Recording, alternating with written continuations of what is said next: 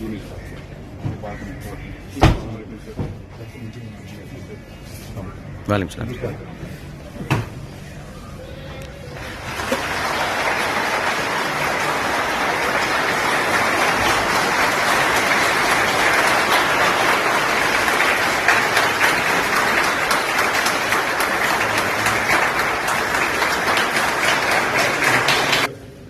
बहुत अनएक्सपेक्टेड।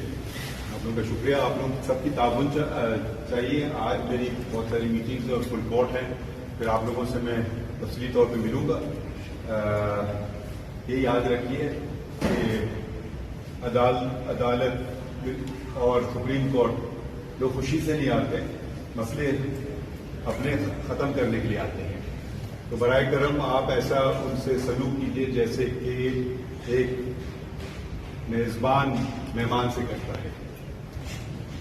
यकीनन कुछ लोगों को परेशानी होती है, तो वो ये दरवाजे इंसाफ के आप हमवार रखिए, खुले रखिए, और जहाँ तक मुमकिन हो सके आप उनकी मदद कीजिए। बाकी काम हमारा, इंशाल्लाह आपसे मुलाकात होगी और तफसीली तौर पर। आप सब लोगों का शुक्रिया।